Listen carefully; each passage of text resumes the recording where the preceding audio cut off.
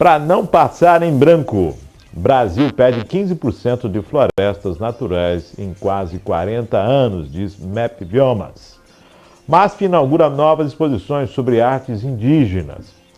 8 das 21 metralhadoras furtadas do Exército em São Paulo são recuperadas no Rio de Janeiro. Matéria da Isto É. PF prende 2 servidores e apura se a ABIN rastreou celulares de forma ilegal na gestão Bolsonaro. Manchete do G1. ONU diz que entrega de ajuda humanitária a Gaza está adiada após Biden prometer para hoje. Manchete do R7. Grãos, Paraná exporta 61% mais soja e derivados e 70% mais milho entre janeiro e setembro de 2023. Manchete da Broadcast. Moraes afasta número 3 da ABIN e PF prende 2 servidores em operação. UOL Notícias. Pena por tráfico de pouca droga deve ser cumprida em regime aberto, decide STF. Está no Jornal do Brasil. Caso ABIN, PF faz operação para investigar programa secreto que monitorou localização. Manchete de O Globo. Consórcio Sul-Sudeste que gerou polêmica por disputa por protagonismo com o Nordeste é criado. Manchete do Estadão. Aposta de Bolsonaro para a Prefeitura do Rio, ex-chefe da ABIN, financia dupla do Gabinete do Ódio. Manchete do Estadão. Aí, André, qual delas, nenhuma delas, todas elas? Eu acho que todas, eu vou ser bem... Porque você geralmente traz umas notícias que estão na pauta, que estão sendo discutidas e que realmente são importantes e que não podem passar em branco. E aí eu acho que, de repente, tirar uma para poder discutir mais, quando todas realmente necessitam de uma conversa muito mais ampliada. Então hoje eu vou mudar um pouco o meu foco e eu acho que todas merecem discutir sobre. Você começou sobre o desmatamento nos últimos anos. E aí você trouxe essa pauta falando sobre, e aí dessa só vou dar um adendo, que apesar dos pesares, a gente conseguiu nesse último ano reverter um pouco essa situação, e aí tem os países Estados Unidos e, se eu não me engano, Suíça, que já aportaram um valor bem alto para que o Brasil possa realmente trabalhar nos próximos anos nessa questão do desmatamento. Eu chamo a atenção do desmatamento, André. Nós éramos 70 milhões, né? E aí foi subindo, nós estamos em 220 milhões. Se não houver um planejamento urbanístico, habitacional, desenvolvimento, nós vamos acabar sempre invadindo, desmatando. Se não houver um movimento, um planejamento agrário, um desenvolvimento, nós estamos sempre com super safras e sempre vai haver desmatamento e vai haver esse controle. Se não houver um controle e proteção nas nossas florestas, isso sempre vai acontecer. De Mata Atlântica resta pouco no país. Exato. Mas eu acho que a partir do momento que a gente tem... A partir do momento que o Brasil tem esse aporte, esse montante, que é uma grana bem alta desses 2 países, eu acho que, de repente, pode até se pensar na possibilidade de trabalhar políticas públicas não só em relação ao desmatamento, mas que tenha a ver com o cuidado com a floresta amazônica. Essa consciência. E agora, como é que você vai falar de consciência para o trabalhador que não tem onde morar, que não tem como pagar aluguel, e tem terras que vai invadir uma área e vai tentar... sobrando, Nós tivemos aqui um dos maiores projetos habitacionais do planeta, que foi o Serra do Mar, onde as cotas foram desafetadas e as pessoas foram transferidas. Então, isso mostra que, quando há determinação, a coisa se faz. Tudo bem que essa determinação foi judicial, tá? O governo foi condenado e foi obrigado a tirar as pessoas. Mas isso prova do que é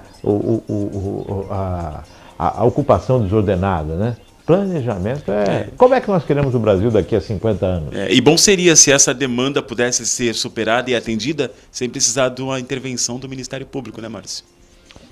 Aí fica as perguntas, a situação, né? De que forma faremos isso, né? De que forma podemos melhorar isso? De que forma? 10 horas mais 2 minutos.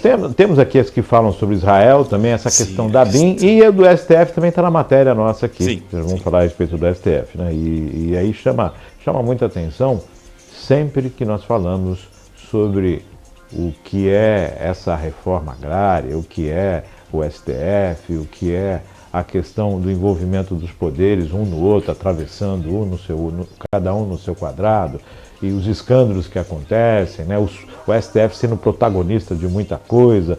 Isso chama atenção. Durante a semana, não houve um dia que não falamos do STF. Então é um protagonismo que chama muita atenção. Ou o país está se tornando um país mais justo, ou, na verdade, um poder está aparecendo mais. Tomando mais de um poder que quer tomar muito mais conta.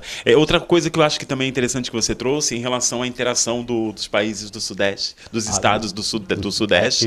Esse consórcio, né? Esse consórcio do Sudeste que começou, se não me engano, ontem, né? Teve abertura ontem. Eu acho interessante. Se não me engano, no Nordeste já tem isso, né? Mas existe a preocupação toda, essa segregação, né, de estados.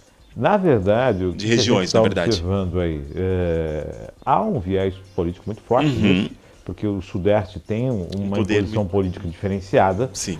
Há uma escolha diferenciada entre Sul e Sudeste, entre Norte e Sul e Sudeste, né? Tem o Centro-Oeste, tem as outras regiões, e acaba que a parte do Sudeste é uma parte obtida com um peso econômico muito forte.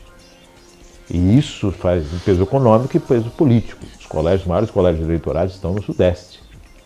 Então essa preocupação quando da reforma tributária, o Sudeste resolveu se juntar ao Sul e pôr o pé político e o que faz parte da política. Se fortalecer, isso faz parte da política. Não pode existir o que você falou, segregação. Sim, segregação, brasileiro é brasileiro em todo o território nacional. O que os estados do Nordeste, os estados, né, do Nordeste, eles temem essa segregação pelo fato desse que você acabou de colocar.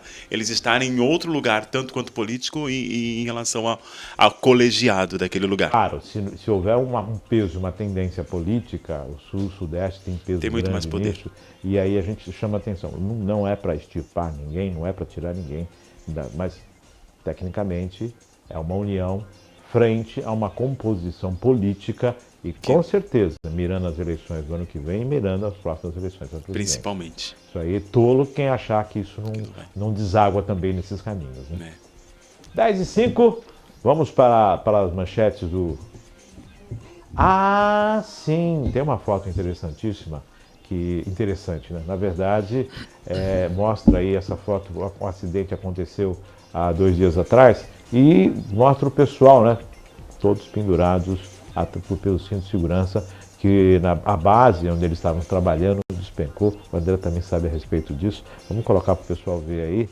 A imagem está na tela, o pessoal pendurado nos cintos de segurança, André. Foi na Granja Viana, é isso?